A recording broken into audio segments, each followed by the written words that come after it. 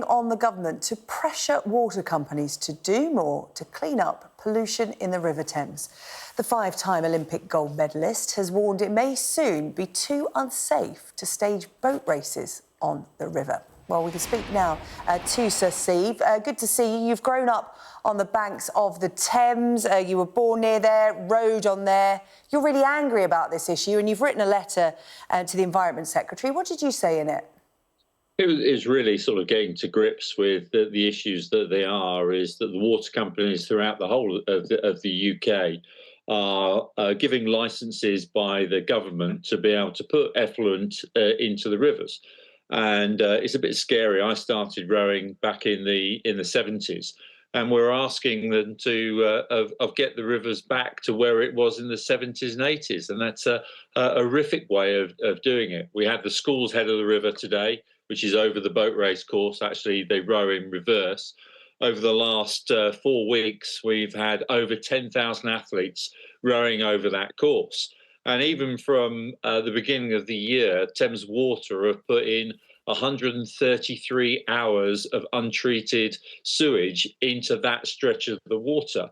Throughout the whole Thames of this year so far, 785 hours of untreated sewage.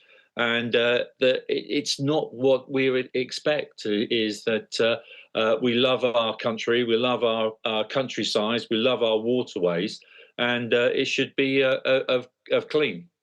Yeah, the River Thames not alone. Rivers and lakes, streams, coastal waters in this country. You know, so many communities affected. The River Thames is your local river. Just how bad is it? Would you get in it now?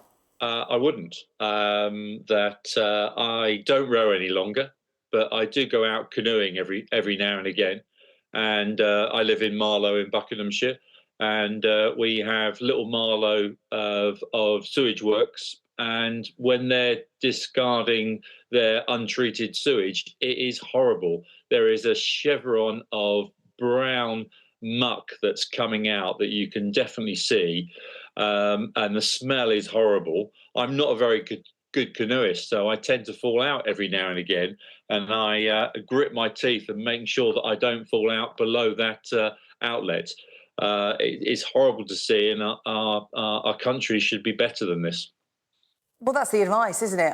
I know when I've done interviews before the Oxford-Cambridge boat race, every year now it seems that those rowers are being told if they fall in not to swallow the water, to put plasters on their cuts. And of course it makes headlines because it's one of the most famous boat races in the world. But this has been a problem for some time now, as you said. The government response, of course, they are doing something. There's the Water Act. That will take time. We've had a response from Thames Water as well, which perhaps we can get you to respond to, Sir Steve. They said over the next 5 years, we will deliver a record amount of investment to address our ageing infrastructure.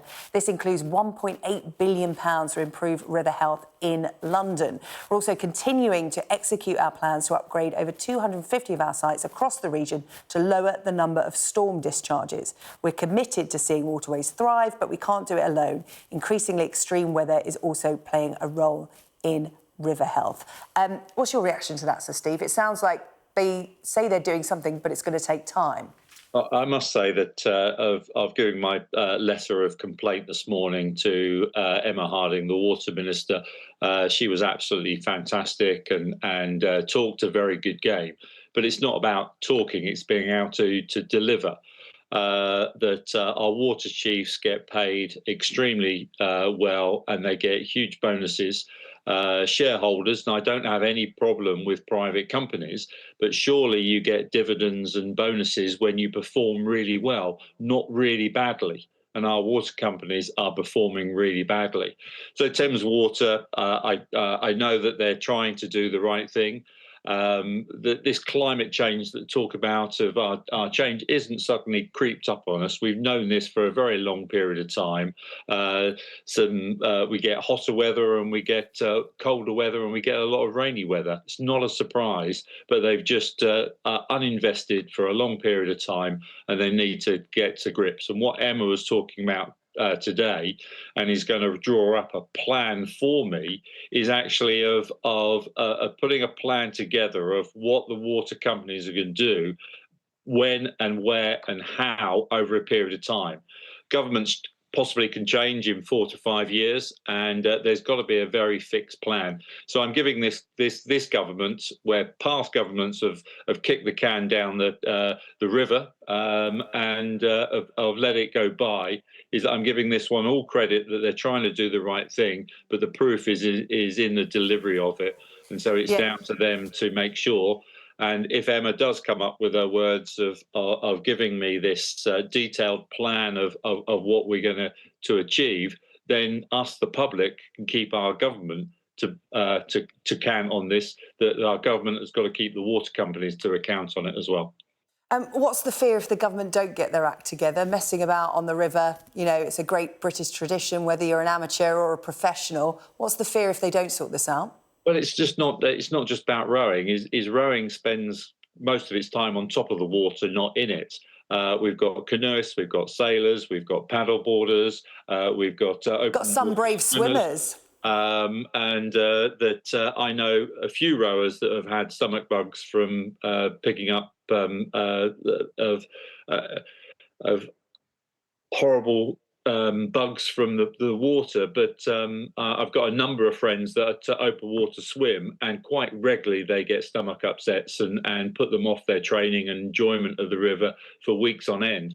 And we've got to draw a stop to this. Is that our country back in the 70s and 80s were looked upon Europe as trailblazers of how good our water was out of our taps and our waterways. And now we're a laughing stock of Europe because their waterways are so much better than ours. Yeah, it really is a public health issue, a public health emergency, I know many people would say. So, Steve, while we've got you, I do have to ask you about a story we're covering here on Sky News today. World Athletics to introduce mandatory sex testing for female competitors. Lord Coe saying it's a really important way of providing confidence and essentially protecting women's sport. I wonder if you've got a view on this proposal today. I'm all for it. That my wife competed at the '84 Olympics as a rower, and they had to be sex tests. They were very disillusioned with that. Why do I have to prove myself as being a woman?